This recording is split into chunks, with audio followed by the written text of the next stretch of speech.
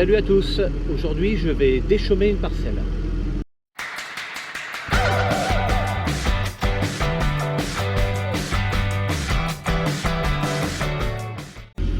Alors voilà, donc je viens d'arriver dans le champ, donc je vais déchaumer donc avec le Catros, c'est un déchaumeur de chez Amazon, un déchaumeur à disque qui fait 6 mètres de large. Donc en fait cette parcelle là, alors je vais rester un petit peu à l'abri du vent, parce qu'il y a pas mal de vent. Ça fait 4 hectares et quelques ici, et c'est enclavé de bois. Donc là on est au milieu de la forêt, enfin pas au milieu complètement, mais quasiment au milieu de la forêt domaniale. Le champ est entouré de bois sur 3 faces, c'est-à-dire la face ici où il y a cette cabane, là-bas, et puis ici. D'accord, par là il y a des prairies, mais tu vois qu'il y a quand même du bois encore plus loin au fond. Alors cette parcelle là, c'est là où il y a eu la moisson de l'orge. Ok, et dans cette vidéo je t'expliquais que la parcelle était un peu sale et tout, et donc du coup j'ai été obligé de labourer cette année. Il y a 3 parcelles qui ont été labourées pour des problèmes de mauvaises herbes. C'est essentiellement pour ça que je vais faire un labour dans un champ, sinon en principe on ne laboure plus. Ici donc ça a été labouré et il y a eu un épandage de fumier il n'y a pas très longtemps. L'objectif d'aujourd'hui c'est de enfouir un peu le fumier. Alors pas, c'est l'objectif, enfin c'est pas le but, c'est pas de le foutre le plus profond possible, c'est juste qu'il soit mélangé sur les premiers centimètres de terre, et puis aussi enlever toutes les traces que l'épandeur a fait dans le champ, quoi, d'essayer de raplanir tout ça. Ici je vais semer dans quelques jours des pois de printemps. Voilà, je voulais absolument une culture de printemps ici pour casser le cycle des mauvaises herbes. Le problème c'est qu'avec la forêt et tout, moi ma culture de printemps normalement c'est le tournesol. Tu penses bien que je peux pas mettre de tournesol là-dedans, on a déjà fait l'essai avec papa. C'est souvent pas une catastrophe, mais c'est souvent pas bon du tout, parce que non pas que ce champ ne soit pas fertile, le problème c'est les nuisibles, et notamment les cerfs qui viennent manger les tournesols. C'est la première fois que je vais en faire du pois, j'en ai jamais fait avant. Donc c'est une culture qui a été choisie sur le conseil du technicien de Centre-Ouest Céréales, le technicien de coop. Donc si on veut faire un tour rapide du déchaumeur, donc on peut voir qu'il est semi-porté. Ok, il y a 2 rangées de disques crantés. Alors ce que j'appelle disques crantés, c'est qu'ils ont une forme. Il existe des disques lisses, c'est ce qu'il y avait avant sur ce déchaumeur, et nous on a choisi des disques crantés. Voilà, un rouleau matrix, que je déteste, parce qu'il n'est pas adapté en fait à des terres comme les miennes où il y a du silex dedans. Le silex bombarde absolument les... Alors là bon, encore ça va. Le problème c'est quand il y en a un caillou qui arrive à se coincer là-dedans. Comme c'est pas de la pierre, si tu veux, c'est pas le caillou qui va être bouffé, hein. C'est vraiment le plastique qui va défoncer, quoi. Donc là il est replié, je peux peut-être pas te faire voir, mais il y a un endroit ou deux où ça c'est complètement dégommé. Et puis enfin la herse derrière, la herse qui sert quand je déchaume là où il y a de la matière vivante. Ça permet de contribuer à arracher une nouvelle fois les mauvaises herbes après le passage du rouleau, et à régaliser. Aujourd'hui moi comme c'est labouré, j'ai pas de mauvaises herbes, donc ça servira essentiellement à régaliser le sol derrière.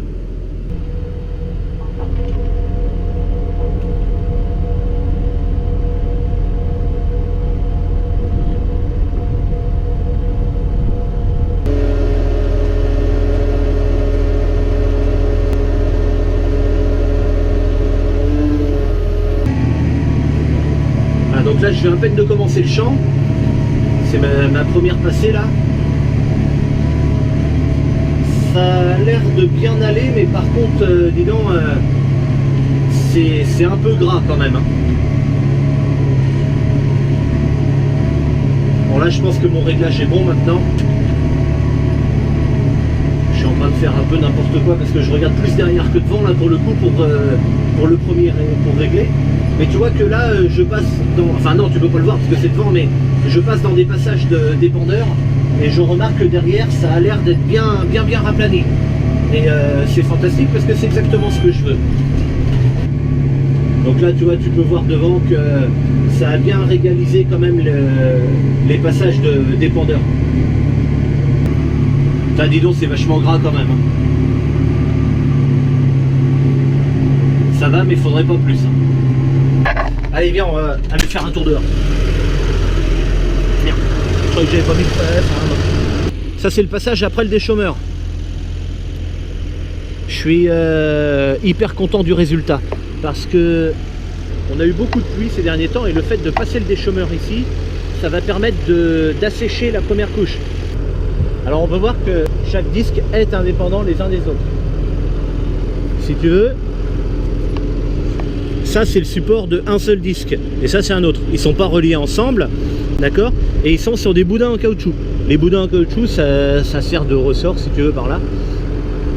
Et le fait qu'ils soient tous indépendants les uns des autres, ça fait que si jamais un disque rencontre un obstacle, et bien au lieu que ça soit tout le déchômeur qui se lève pour laisser passer l'obstacle, seulement le disque qui rencontre le problème va se relever. Alors dans une certaine limite, faut pas exagérer non plus, mais va s'effacer pour laisser passer l'obstacle et se remettre en position de travail normale. Ah bah non, faut que j'arrête. Ça coûte. Oh là là, putain, je fais n'importe quoi. J'ai même pas pensé à descendre le rouleau, tu vois, je disais ça juste avant. Ah non, je suis en train de bourrer le rouleau là, mon pauvre. Attends, on va aller voir le chantier que j'ai fait là.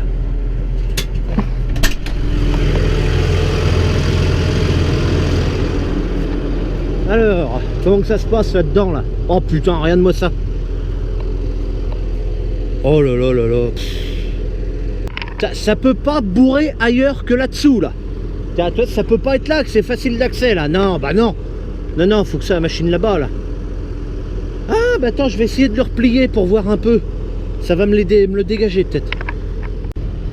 Bon, finalement ça va pas si mal que ça. Tu vois, j'ai réussi à le débourrer. Regarde quand même ce que j'ai enlevé. Là où c'est chiant, bah tu vois, il y a l'épandeur. Regarde, d'ailleurs, on le voit bien. Hein. Tu vois que l'épandeur a bien marqué là, dans ce rond là. Et plus loin là-bas, on voit quasiment plus ses traces. Donc c'est vraiment ce bout de rond là qui est humide. Alors je vais essayer d'aller plus loin vers là-bas. Là il y a un autre passage d'épandeur qui a marqué. Bon bah, je vais essayer de me repérer un peu avec ça. Je vais aller plus loin, puis si ça va pas, je me casse.